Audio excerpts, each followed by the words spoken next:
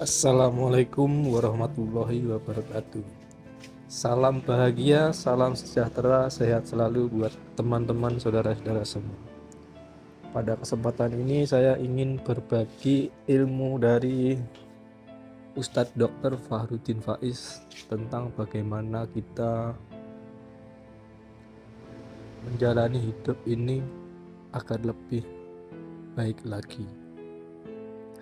Selamat mendengarkan, semoga bermanfaat buat kita semua. Assalamualaikum warahmatullahi wabarakatuh. Ketika kita menyadari bahwa hidup ini berputar, hidup ini tidak statis, tapi selalu bergerak, berubah dan dinamis, apa yang harus kita pedomani? Ada istilah dalam budaya Jawa namanya Triwikromo. Triwikromo ini ada yang mengartikan keteguhan hati, ada yang mengartikan alam. Jadi Triwikromo itu 3 prinsip, 3 ranah dalam hidup kita yang harus kita taklukkan, yaitu masa lalu, masa kini, dan masa depan. Menghadapi hidup yang berputar, kadang di atas, kadang di bawah, yang selalu berubah, senjata kita adalah Triwikromo. Menguasai masa kini, masa depan, dan juga masa lalu. Prinsipnya apa? Bagaimana cara kita menguasai?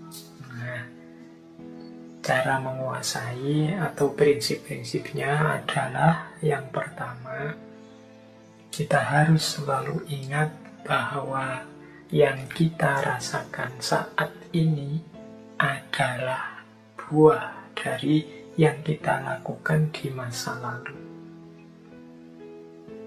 Berarti apa? Kita harus mengambil pelajaran dari masa lalu sehingga kita nanti di masa depan bisa mengalami hal yang lebih baik daripada yang sekarang kita alami.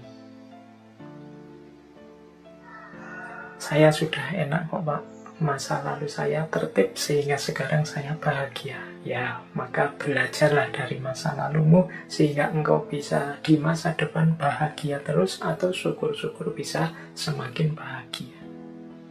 Saya di masa lalu kemarin masih ada keliru-kelirunya Pak. Ya berarti buahnya keliru-keliru itu kan kau rasakan sekarang. Maka lakukan perbaikan saat ini biar nanti kalian di masa depan tidak merasakan buahnya keliru-kelirumu seperti yang kau rasakan sekarang. Itu prinsip pertamanya itu. Ya nyambung dengan prinsip yang kedua. Kalau prinsip yang kedua, yang kita lakukan sekarang akan kita nikmati buahnya di masa depan.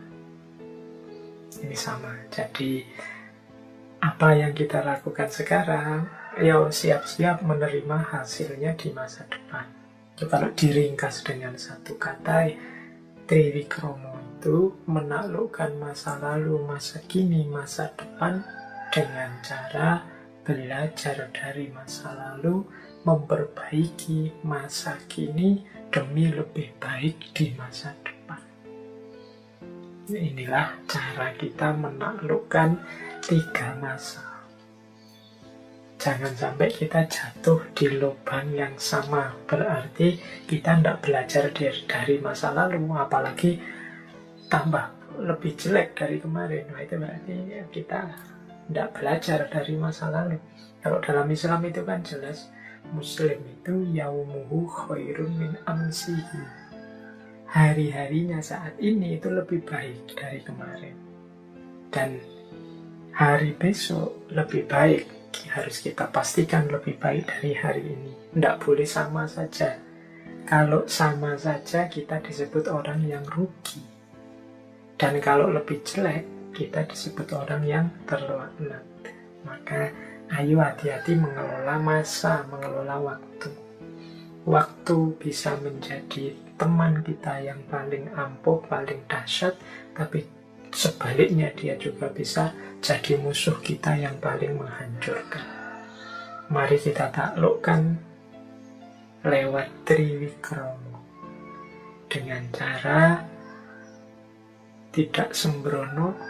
Kita hidup hari ini dengan belajar dari kesalahan-kesalahan di masa lalu untuk mendapatkan buah yang lebih baik di masa depan. Jadi ini rumus pokoknya menghadapi cokro manggili. Oke, kita lanjutkan.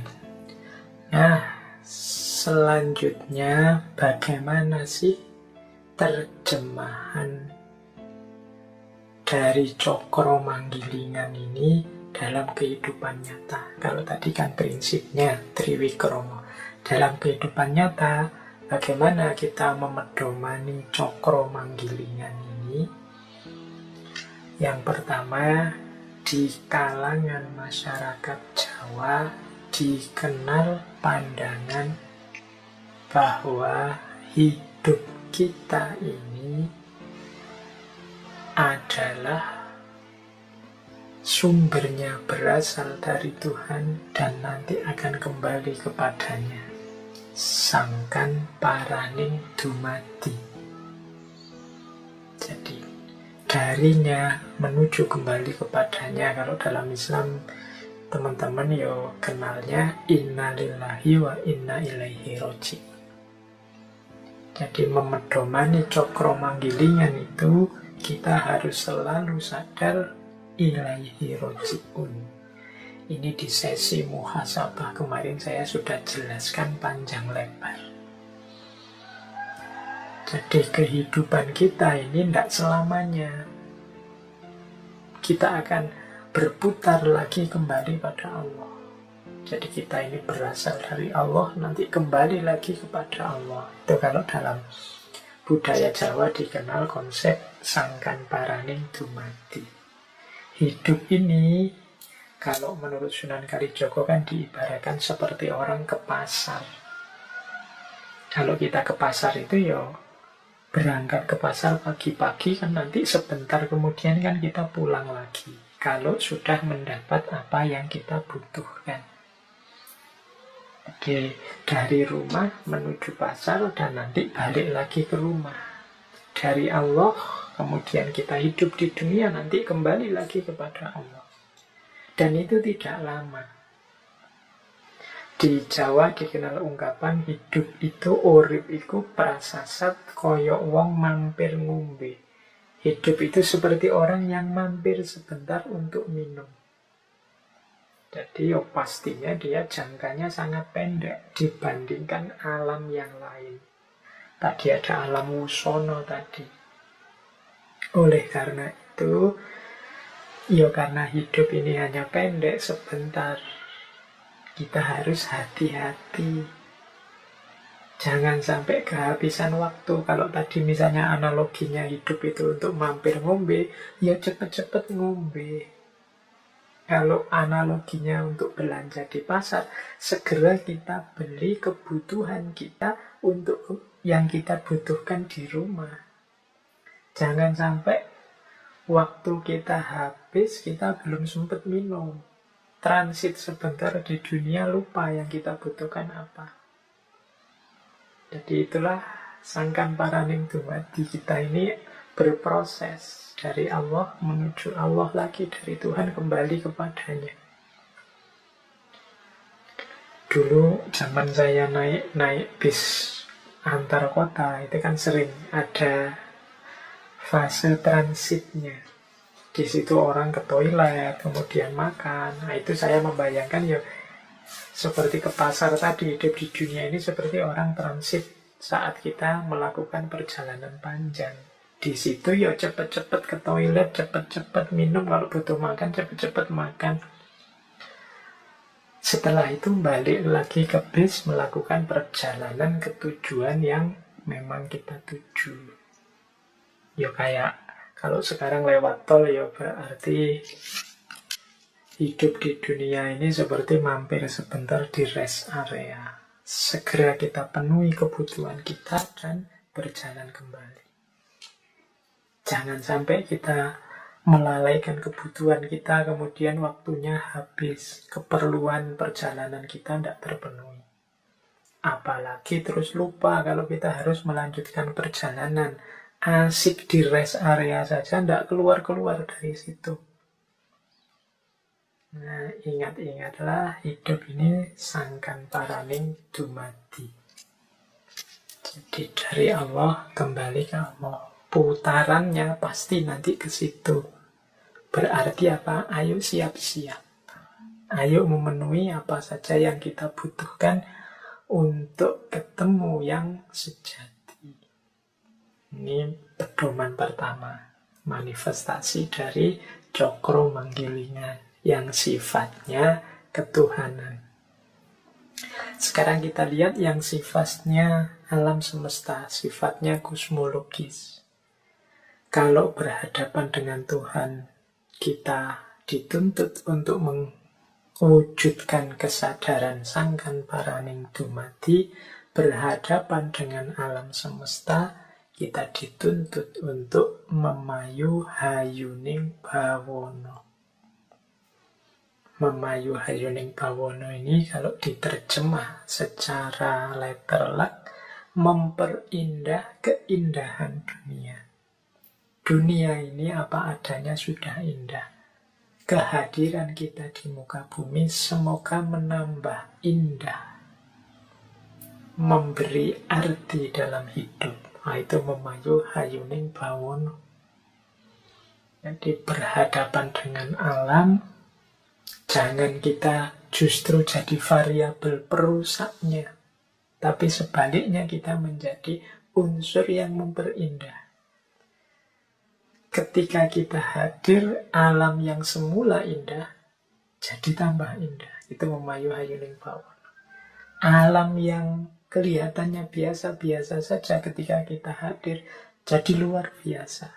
Nah, itu kemampuan kita memayu hayuning bawono. Bawono itu dunia dan segala isinya. Caranya bagaimana? Ya memayu hayuning bawono itu caranya dua. Menanamkan kebaikan. Dan yang kedua, mengendalikan diri agar tidak melakukan kerusakan. Mengendapkan nafsu agar lebih terkendali. Ini jadi caranya dua. Ada cara yang pasif, ada cara yang aktif. Cara yang pasif itu mengendalikan diri untuk tidak merusak.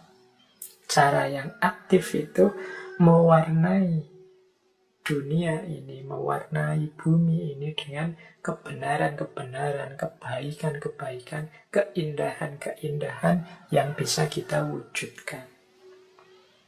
Itulah memayu hayuning bawono, memperindah keindahan dunia. Ya tentu saja untuk memayu hayuning bawono, untuk sangkan paraning dumadi, kita butuh ilmunya. Jadi ilmu ini nanti vital. Jangan sampai saya itu ndak ingin menghancurkan dunia ini. Malah yang saya lakukan itu memperbaiki. Tapi ketika ilmunya kurang, jangan-jangan yang kita sebut memperbaiki itu malah merusak. Kehadiran kita jadi variabel, jadi unsur yang justru mengacaukan dunia. Nah, ini orientasi yang kedua sebagai manifestasi dari cokro manggilingan adalah memayu hayuning bawono. Kalau tadi kesadaran bahwa akhirnya kita akan kembali kepada Tuhan, sehingga hidup kita harus tidak terlena, harus selalu waspada, tidak mudah menyia-nyiakan waktu untuk senang-senang saja karena kita punya misi sangkan paraning dumadi. Yang kedua ini memayu hayuning bawono. Kehadiran kita yang sebentar, usia manusia itu kan tidak panjang. Sepanjang-panjang usia kita paling berapa sih? Itu kan berarti sebentar. kehadiran kita yang sebentar ini semoga menambah indahnya dunia yang sudah indah. Ini memayu hayuning bawono. Oke.